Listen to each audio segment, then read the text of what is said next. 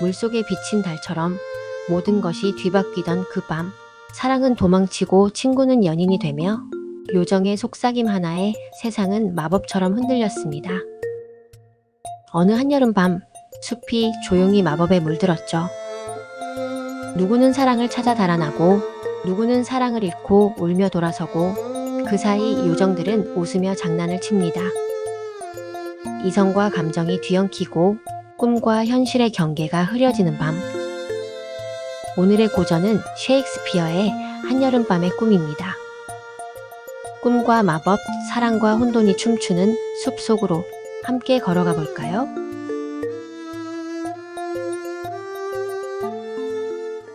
배경은 고대 아테네.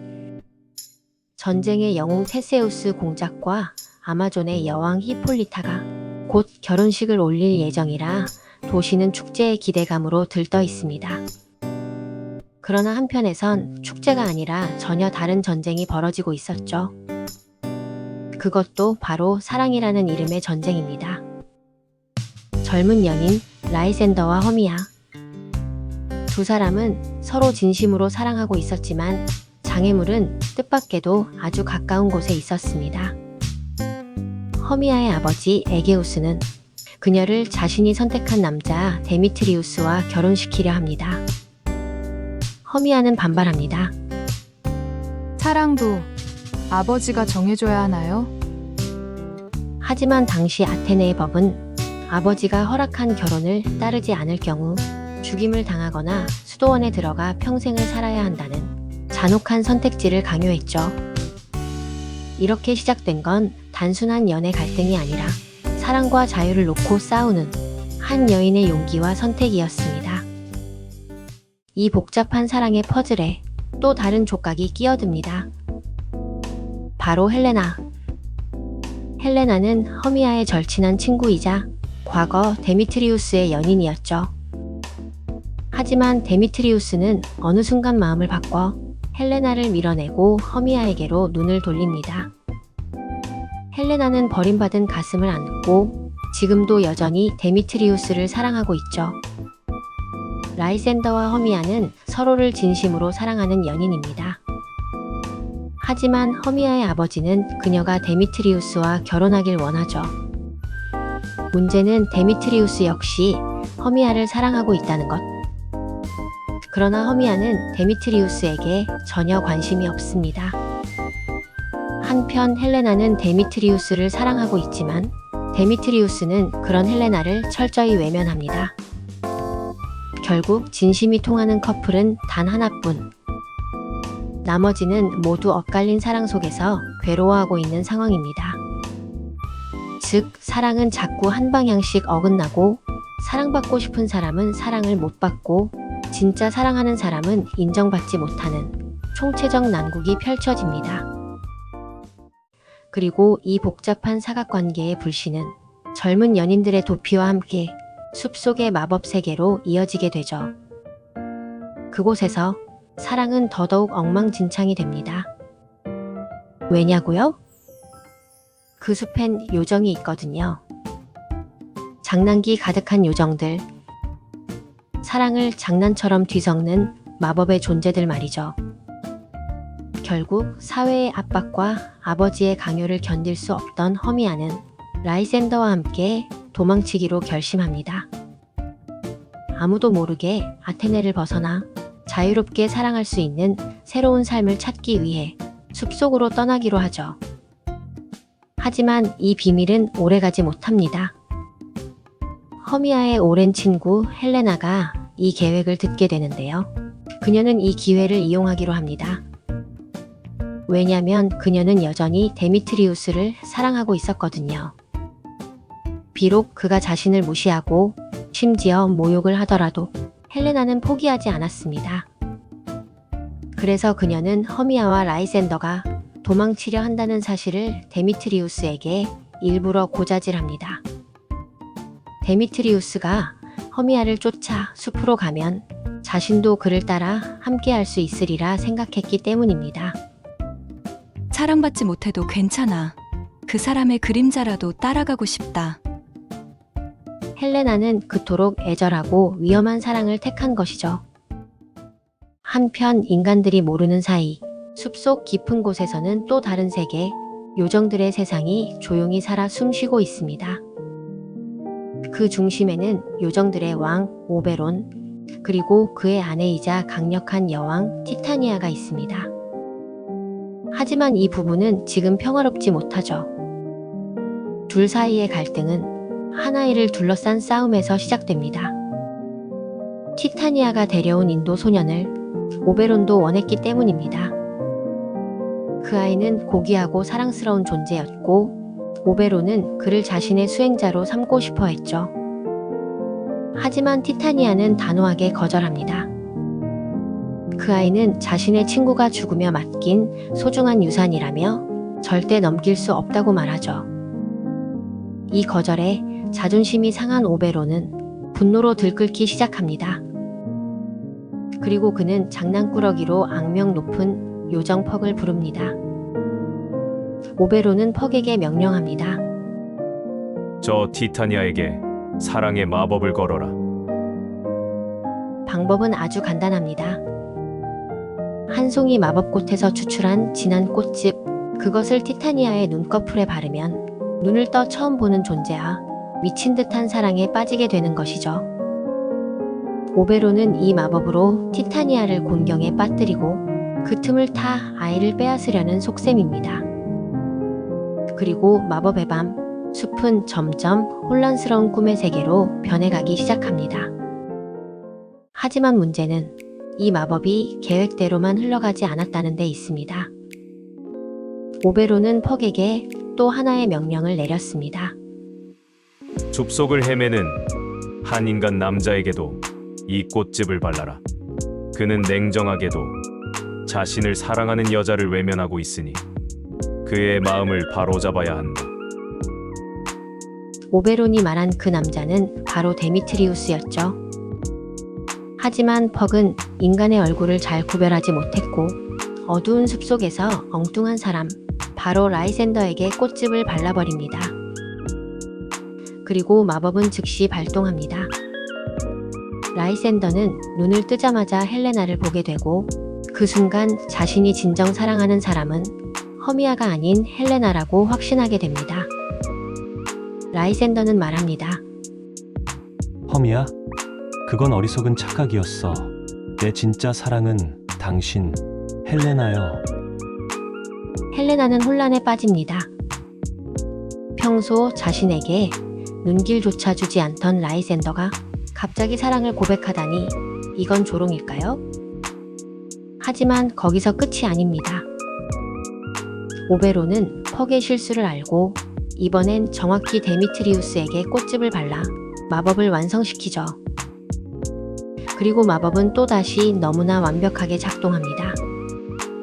데미트리우스 역시 눈을 뜨자마자 헬레나를 보고 한눈에 사랑에 빠집니다. 이제 상황은 이렇게 됩니다. 라이센더와 데미트리우스 두 남자 모두 헬레나를 사랑한다고 외치며 다투고 헬레나는 이 모든 상황이 자신을 조롱하려는 무자비한 장난이라고 믿게 됩니다. 라이센더, 당신까지 이럴 줄은 몰랐어요. 데미트리우스와 짜고 날 바보로 만드는 건가요? 헬레나는 상처받고 허미아는 이유도 모른 채 연인의 마음을 잃고 두 남자는 서로 헬레나를 두고 싸우며 숲속은 아수라장이 됩니다. 사랑의 마법은 누군가를 구원하기보단 모두를 혼란 속에 빠뜨리기 시작합니다. 한편 요정 퍽은 오베론의 명령을 완수하고도 가만히 있지 않습니다. 그는 특유의 장난기를 주체하지 못하고 숲속에서 우연히 공연을 준비하던 인간 무리에게 또 다른 장난을 걸기로 하죠. 이 인간들은 곧 열릴 왕의 결혼식을 축하하기 위해 소박하지만 정성스러운 연극을 준비하고 있었습니다. 그중 가장 열정적인 인물은 바로 버텀. 버텀은 연기를 사랑하는 사람이었습니다. 모든 역할을 자기가 하고 싶어 하고 모든 대사에 감정을 과하게 담는 그런 인물. 퍽은 그런 버텀에게 흥미를 느끼고 그가 대사를 연습하는 순간 버텀의 머리를 당나귀의 머리로 바꿔버립니다. 버텀은 자신이 변한 줄도 모르고 신나게 연기를 이어가고 있었죠. 그런데 그 모습을 본 동료 배우들은 비명을 지르며 도망쳐버립니다. 도대체 무슨 일이야? 내가 뭘 잘못했지? 버텀은 어리둥절해하며 혼자 남겨졌고 숲속을 어슬렁거리다가 나무그늘 아래 앉아 덩굴을 꺾으며 노래를 부르기 시작합니다. 그때였습니다.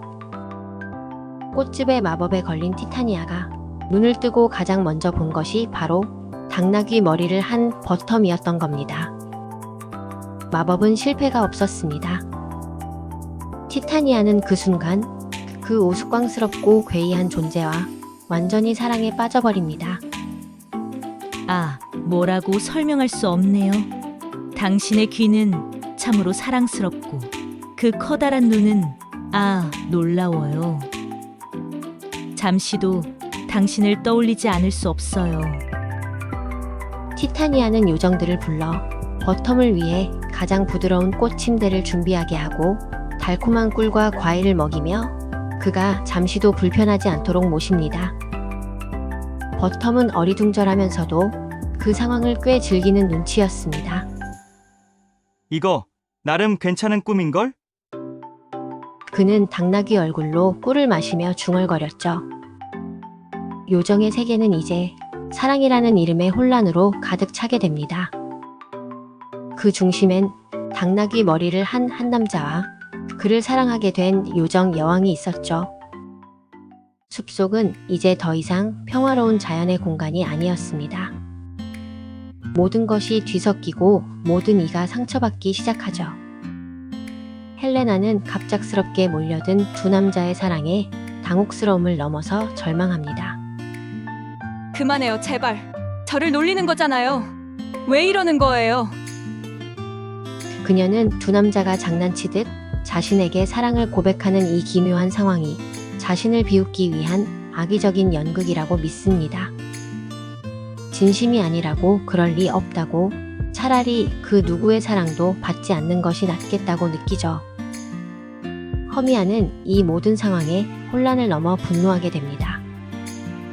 방금 전까지만 해도 자신과 도망치자고 했던 라이센더가 갑자기 헬레나만을 바라보며 달콤한 말들을 속삭이는 걸 보며 헬레나, 넌 날 배신한 거야? 그녀는 친구를 의심하고 사랑을 의심하며 자신의 모든 세계가 무너지는 듯한 감정을 느낍니다. 라이센더와 데미트리우스는 이제 서로 헬레나를 향한 진심을 내세우며 격렬하게 충돌합니다. 두 사람 모두 마법에 걸린 상태이기에 자신의 감정을 의심하지도 못한 채 정말로 죽일 듯이 싸우게 됩니다. 그 모습을 멀리서 지켜보던 요정왕 오베로는 드디어 상황의 심각성을 깨닫습니다. 이건 단순한 장난이 아니었어. 사랑은 그 어떤 장난보다도 위험한 거였지. 그는 퍽을 불러 다그칩니다. 도대체 왜 그런 식으로 했느냐? 사랑을 어지럽혀선 안 될 일이다. 그리고 엄숙한 명령을 내리죠. 지금 당장 모든 것을 원래대로 되돌려라. 혼란이 극에 달한 그 밤, 퍽은 사태를 수습하기 위해 움직입니다. 그가 선택한 방법은 안개. 숲 전체를 자욱한 안개로 뒤덮어 사랑의 눈먼 이들이 서로를 찾지 못하게 합니다.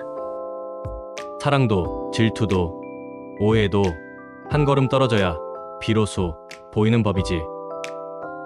그의 속삭임과 함께 숲은 한 치 앞도 보이지 않을 만큼 짙은 안개에 휩싸이고 길을 잃은 연인들은 제자리를 맴돌며 점점 지쳐갑니다.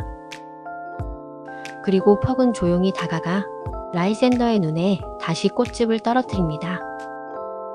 그가 처음 사랑했던 허미아만을 다시 바라보도록 말이죠.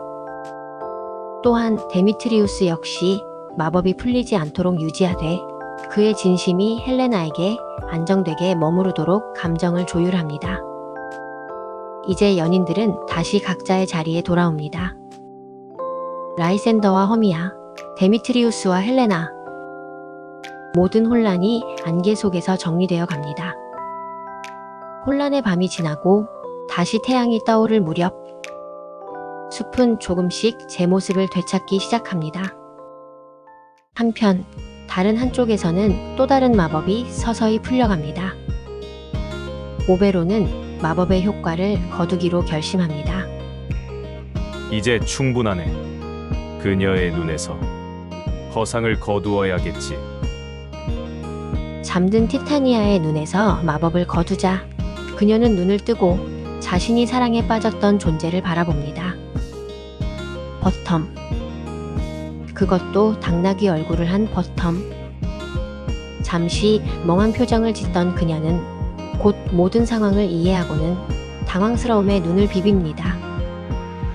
내가 저걸 사랑했다고? 그러자 오베로는 살짝 미소 지으며 자초지종을 설명하고 자신이 얼마나 그녀를 그리워했는지도 털어놓습니다. 내가 질투했던 건 아이 때문이 아니었어. 당신의 마음이 나에게서 멀어진 것 같아서. 티타니아는 잠시 침묵하다가 그의 눈을 마주 봅니다.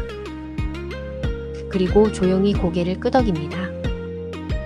우리 다시 함께할 수 있을까?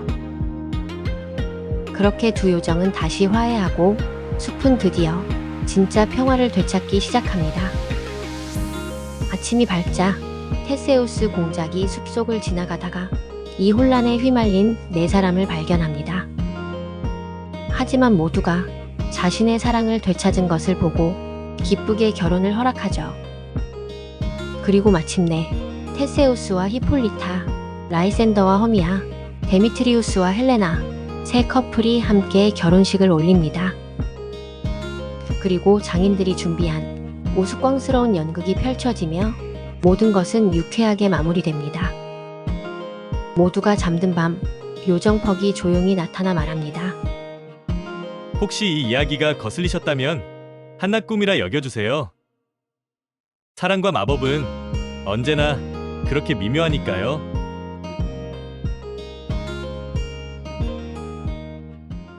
한여름밤의 꿈은 사랑이란 이름 아래 벌어지는 혼란과 장난, 그리고 그 속에서 피어나는 용서와 화해의 이야기입니다.